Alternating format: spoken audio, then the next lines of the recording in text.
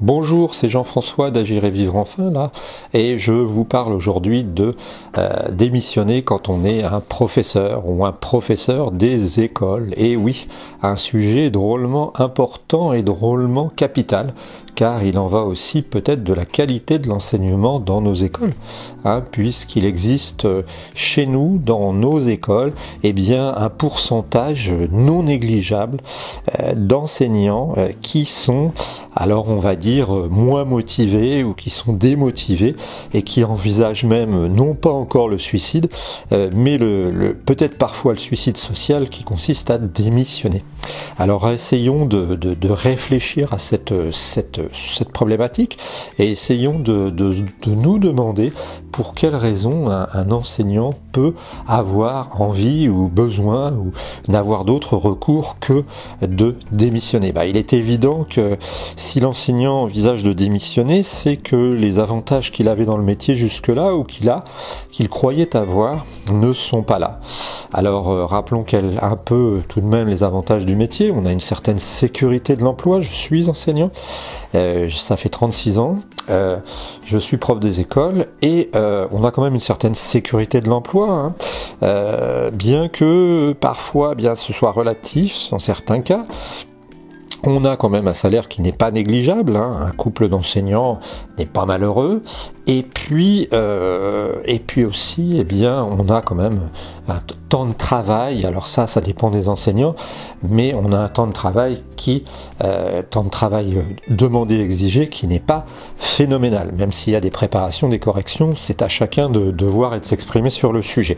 De l'autre côté, les 2-3 freins que je vois, ça peut être la quantité de travail, en effet, parce que je connais des gens qui ne s'en sortent pas, qui ne s'en sont jamais sortis, et qui sont carrément en situation d'épuisement à la fin de chaque période. Ça peut être aussi l'attitude de l'administration, parce que parfois c'est difficile de discuter, c'est pas toujours évident, c'est un employeur.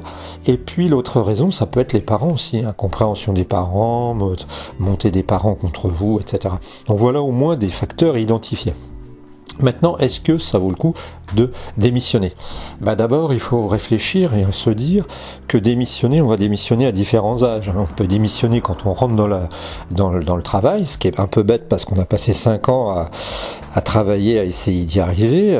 On peut démissionner quand on est à mi-parcours, vers 35-40 ans, et puis on peut démissionner à 50 ans. J'en connais qui ont vraiment envie de démissionner à 50-55 ans. Ce qui est un peu bête parce qu'ils sont presque arrivés. Voilà, donc est-ce que ça vaut le coup?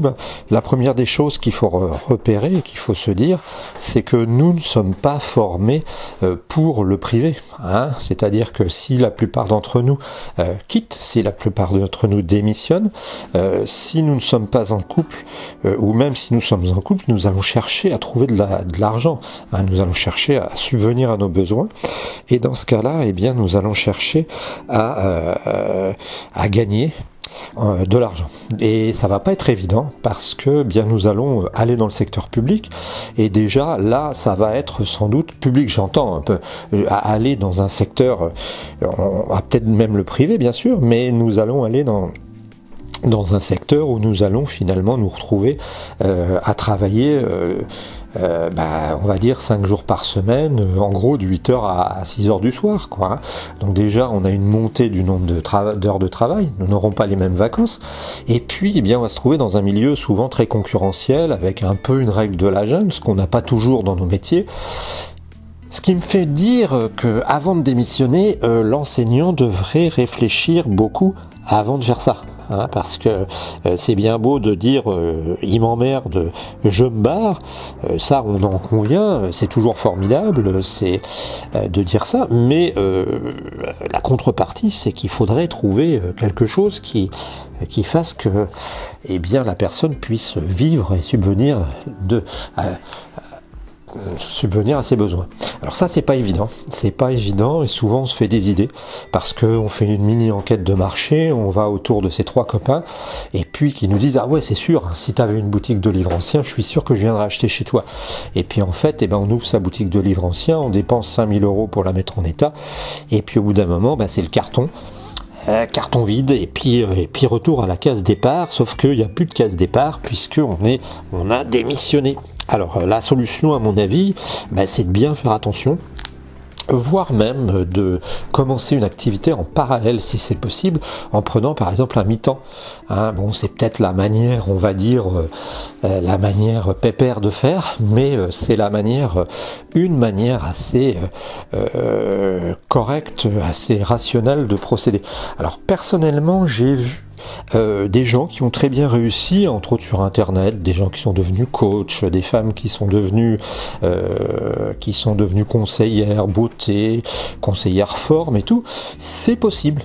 C'est possible de faire ce genre de choses, à condition, bien entendu, de bien préparer sa retraite, de bien préparer son départ. Et ça n'est pas donné à tout le monde, parce qu'on peut avoir des capacités d'enseignant. Je connais des enseignants qui sont des gens formidables au niveau enseignement, mais qui avouent qu'ils n'ont pas la capacité d'être finalement des businessmen. Prenez mon exemple, je suis pas mauvais, je pense, dans le contact avec les enfants, mais dans mon cas, je me vois pas trop bien gérer une entreprise. Alors j'y arriverai sans doute au niveau intellectuel, mais au niveau, on va dire humain, être capable de rentrer dans une dimension différente. C'est ça le truc, je pense, pour un enseignant, la difficulté, c'est de rentrer dans une dimension différente de relation, c'est-à-dire d'être capable d'avoir une relation différente à l'autre pour lui prendre de l'argent, ce qui n'est pas du tout notre travail. Voilà, c'était un petit post pour réfléchir à la question quitter son métier quand on est enseignant. Je t'invite à t'abonner, je t'invite aussi à mettre un pouce pour nous aider, et puis à nous donner surtout tes remarques pour que les enseignants qui sont tentés ou qui seraient tentés de